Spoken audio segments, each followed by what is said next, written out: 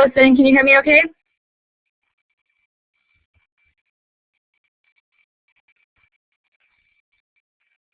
Great. Looks like it's probably just going to be me and you for this class as well, so everybody else will be watching the recording. For those of you who don't know me, my name is Misty Green, and I will be the instructor for your electronic health records class. This is kind of going to be an exciting class. It's a lot of hands-on, a lot of computer time, so be prepared for that. Just make sure that you plan for the next couple of weeks to be in front of your computer quite a bit. There's a couple of exercises that you'll start during week 2 that you'll actually be using the software that comes with the book. It's not a CD, it's just a downloadable. You install it on your computer through a link, so but you'll get to that more towards week 2 than in week 1. Week 1's kind of your basic, here's what it is, here's what you're going to be learning, that type of thing for this week. But for week 2, you'll actually be starting some actual hands-on exercises that you'll do through a program that you'll install with the little enterprise number that came in the front of your book. But we'll get to all of that. So for those of you who are watching the recording, make sure that you send me an email by Friday morning, just a summary, about 250 words or so of what all we talked about during this meeting.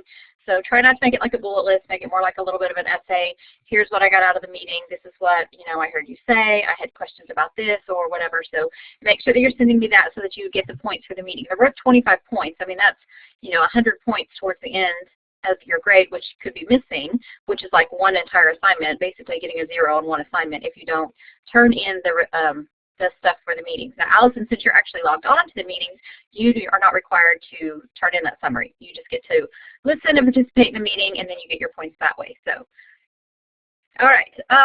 For week 1, I know a lot of you are probably wondering, especially anybody who's never, ever been in a medical office of any kind, what exactly electronic health record is.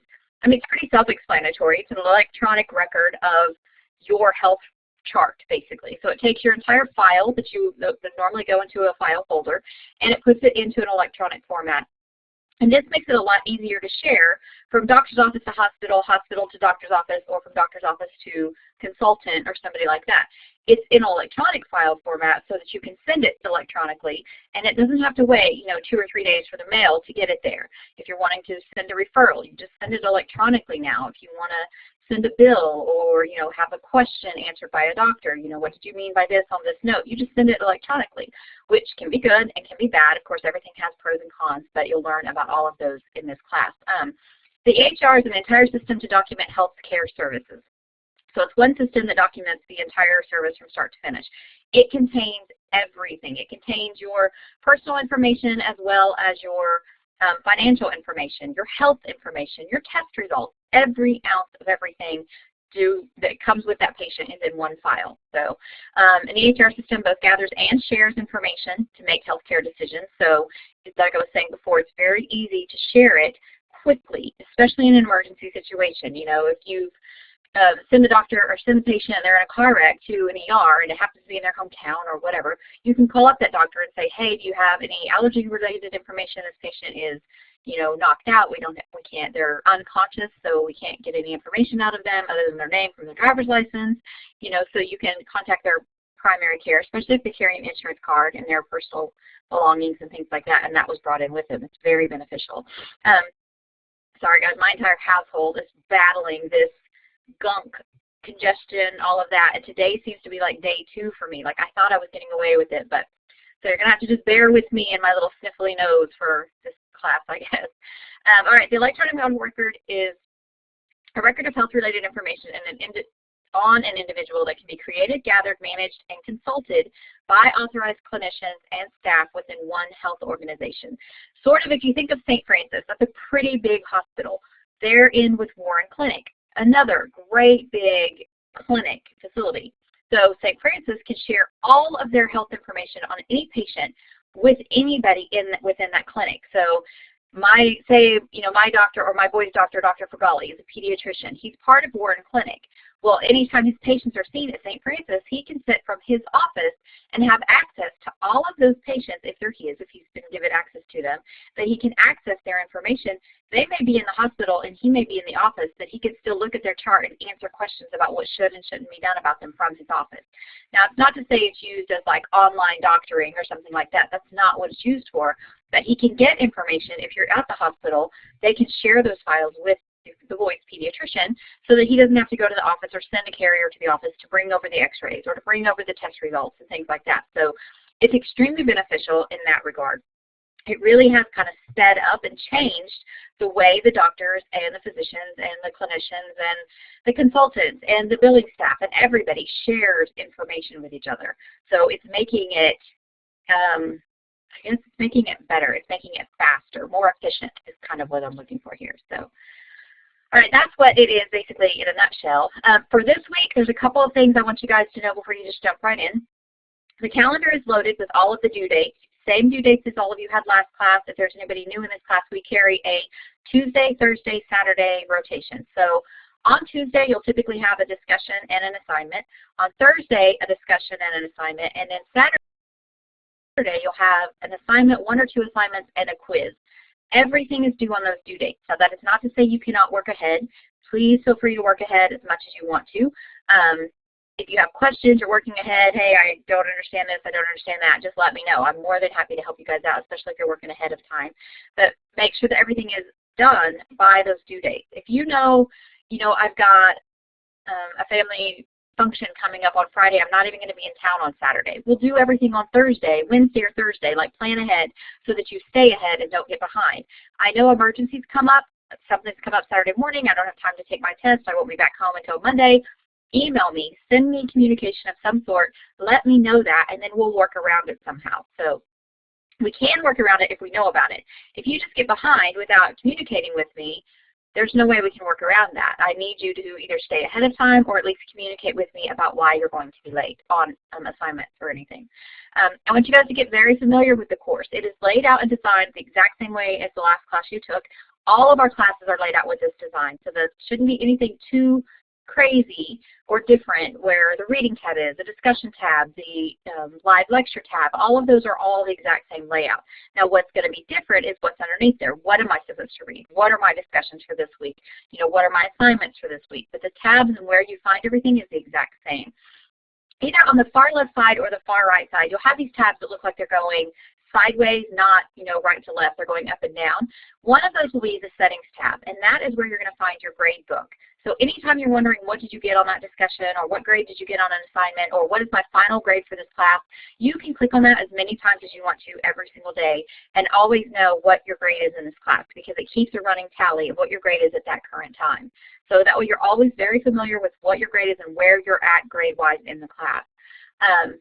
Don't forget your due dates, Tuesday, Thursday, Saturday. Saturday by 11 o'clock is the quiz, and then the last final is due by Friday. So that's really the only thing we ever have to do on a Friday is the final. The absolute best way to get answers to your questions, guys, is just to ask me. Don't sit back and think, well, I really want to ask her, but I don't want to bother her. You're not going to bother me at all. Just ask away. It drives me nuts kind of whenever students are like, I'm sorry to bother you. However, what is the answer, or how can I do this, or what should I be doing here? You do not need to apologize for bothering me. You're never going to bother me. If I am super, super busy at the moment, I may send you a short little email that says, hey, I'm running around right now. I will get back to my house and answer your question at 7 o'clock tonight. And at least that way you'll know, okay, she's going to answer me around 7. It may not always be exactly at 7, but it's going to be pretty close to 7 if I tell you 7. That way you don't have to sit in front of your computer and wait for me to respond. Now sometimes I will just shoot you right back, your answer. I'll be working, I'm in front of the computer, or I'm on my phone or on my iPad or something, and I've got it right there, and I can just answer you right away. Sometimes I'm not. Sometimes I'm running around or doing something, so there has to be a little bit of a gap between the time that I answer you. But just if you have a question, ask it. If you don't ask it, I can't answer it, so then you're just going to continually wonder. I did create a new discussion for this week. I know normally we only have 2. This week we have 3, but it is a very, very simple one. It's called an icebreaker, and it's something that I just started in this session doing with my classes. You won't have it in every single class, just typically some of the first ones that you'll ever have with me. You may have to do it once or twice because I may have a lot of new students coming in on a class that you happen to be in on. But for this one, what it is, it's just a discussion that I've added to the calendar that's due by Thursday, I believe.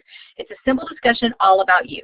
I've given you in the discussion information a little bit of information about me personally, my family, my children, my husband, which that's them there in the picture.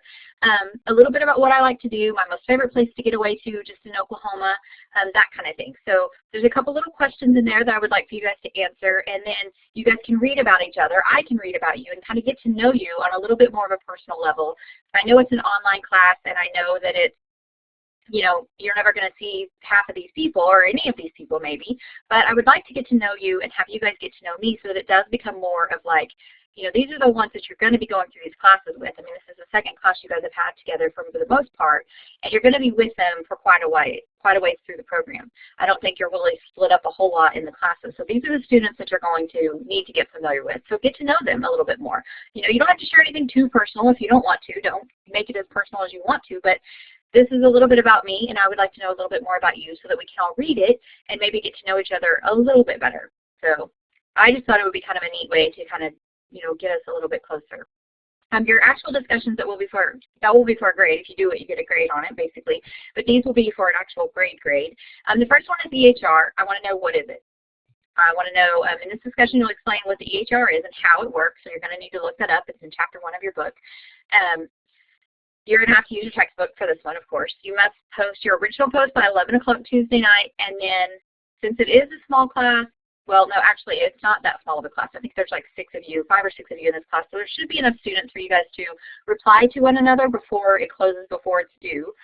If for some reason only one person is posted and you can't, send me an email and we'll deal with it that way. I'll grade your responses later when you can actually respond to the other students. But try to get your discussions done like a day ahead so that there's plenty of people to respond to.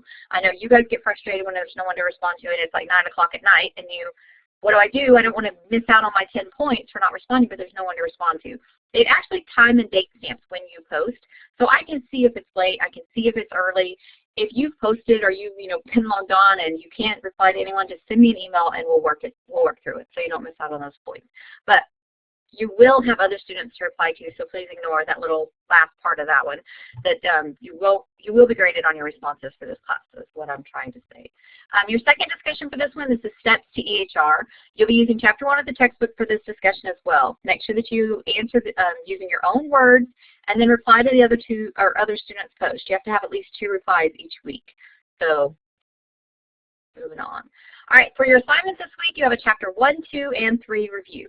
Pretty straightforward. They're not too time consuming, but I do want you guys to make sure you're taking the time to do these reviews and then answer them. So do them in the workbook or do them in your textbook and then answer them. If you have to write it down on a piece of paper, that way you can do whatever. Make sure that you're taking advantage of that go-to page in the top right-hand corner of your e-textbook. That way it just takes you straight to. You can use the table of contents to jump to chapter 1 or chapter 2 or chapter 3. You can look it up page by page. You can go to a certain page. You can search a certain word. Say you want to search index. Put in the index and it'll flip you to the index. So you can use the search bar, use the go-to tab on that ebook. All right, this is the installation process, or what you guys are going to go through. There are 2 different codes in the front of your book. You may have noticed already. I don't want you to get confused as to which one you need to use. The first one, the one on the left we're going to talk about, is Delmar Cengage. This just has an online access to Cengage that allows you, they're the publisher and the creator of the textbook that you're using. They're actually like a book company that we use quite a bit. There is a small card that's in the front of the book. I think it's red and black is the one that it looks like. It has a passcode on the inside of it. That is your passcode to get onto Delmar Cengage, which has learning exercises, a couple of games you can play associated with this book, that kind of thing. That access code, that is not the software that you're going to install for this class. That is just extra stuff that comes with your book. It's extra learning tools that you can use on your own if you want to. The installation instructions for the actual software of this book are on page 233. There's instructions on how to install the software. You follow the instructions, and you'll have to use the enterprise number that's printed on the front of front cover of your book. Whenever you open it up, it says enterprise number. It's right there in your textbook. All you'll do is use that number to plug it in whenever they ask for it. So it is different from that Cengage, that Delmar Cengage, so make sure you're paying attention to those 2 codes and don't get them confused whenever you try to install the software. The software is for the hands-on portion, like I was saying, that you would use during week 2. It installs the software as opposed to you having to plug a CD in. So if you have a problem with it, there is a separate technical support number for this textbook that it's also found on page 233 of your textbook. So you'll have to call them if it's not installing or it's doing something weird. You'll have to call that tech support number as opposed to calling the school's technical support number or the My Course Connection technical support number. Okay, come on, move. Advance. All right, for your grades, this is what I was talking about earlier where you can, I keep pointing to my computer like I'm in a class, like I'm showing you in person. The settings tab on this screen is all the way up at the very top, but you can see how it goes up and down and not sideways. You just hover over that and it brings out this little box. And then you can click on where the little thing that says grades, and it will bring up your grade book, which looks like the bottom part of your screen. That's what your grade book will actually look like. It will show you the range in the far right column. That's just the range of what the possibility of your grade could be, 0 to 30 points. So say you have a discussion and you notice you only got a 26 on it. You're thinking, I got a 26 out of 100? No. If you look just straight over there, it'll show you got 26 out of 30, which isn't too bad of a grade. So it shows you what the range of the grade could be, 0 to 30, 0 to 50, 0 to 40, whatever it is. Because some of your assignments are only worth 40 points, some are worth 30, some are worth 25, some are worth 100. So it shows you the grade range, and then it shows you what you actually got in the left-hand column. If you scroll all the way to the very bottom of that, that's where your overall grade will be. And that tallies from the very first grade you ever get put in. So, and it's that way throughout all of your classes, so don't think it's just that way in this class. It's actually in the settings tab of every single class that you'll have with us. Your quiz is due Saturday night by 11 o'clock, so they do close at 11 o'clock. That is Central Time. I don't know if I have anybody in this class that's out of state, but that is 11 o'clock Oklahoma time. So if you are running late or you don't even get started until 10:30, I don't think your quizzes in this class are timed, but just make sure you're allowing yourself enough time to actually take that. Try to take it on Friday, or that way you've got all day Saturday and Sunday completely homework free, which when I was going to school, that was extremely important to me, was to not have homework on Saturday and Sunday. So I knew guaranteed I had the weekend, just to be relaxed and get geared up for the following week of schoolwork that I was going to have to do. So try your hardest to get everything done Monday through Friday if you can. That way, you have Saturday and Sunday to kind of give your brain a break and to spend time with your family and your loved ones and your kiddos and your spouse if you have one. So, all right, like I was saying, the best way to get a hold of me is through email. I am at the school on Wednesday from 8 to 3 and Fridays from 8 to noon. If you need to call me, those are the best times to reach me.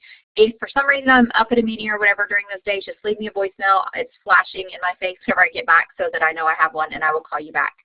If you do need to come in and see me, then bring your laptop, bring your iPad, bring whatever it is you have, and bring it up there, and we will get together, set up a time on Wednesday or Friday for us to get together and maybe do some one-on-one tutoring or whatever you may be wanting answered.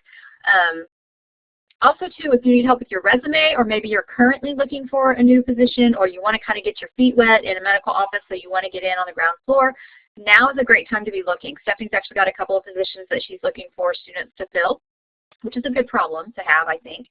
But our career services rep is Stephanie Lawrence. She's amazing and beautiful. And her email address is just slawrence@communitycarecollege.edu. So if you guys want to email her, get to know her now. Tell her, maybe you can send her your resume now. She can take a look at it and tell you the things that she would change, or the education, things that you need to add to it, different things like that that she can start helping you with right now before you even start looking for a job. Or if you are looking for a job, you have access to this, huge program, our career services entire department right now, starting from day one of being enrolled in school. So if you need it, it's there. Make sure that you take advantage of it and use it. They've got a lot of options that they can do to help you guys out if you are currently looking. All right, I guess, Allison, do you have any questions for me before we finish up for this week? She never has any questions. You were like, just, okay, I got it. Let me off of here. All right, well, you guys have a wonderful week. Please let me know if you need any help or if you can't get that software to install before next week. I would try to do it at least by Friday if you guys can. All right, have a good week. Bye, guys.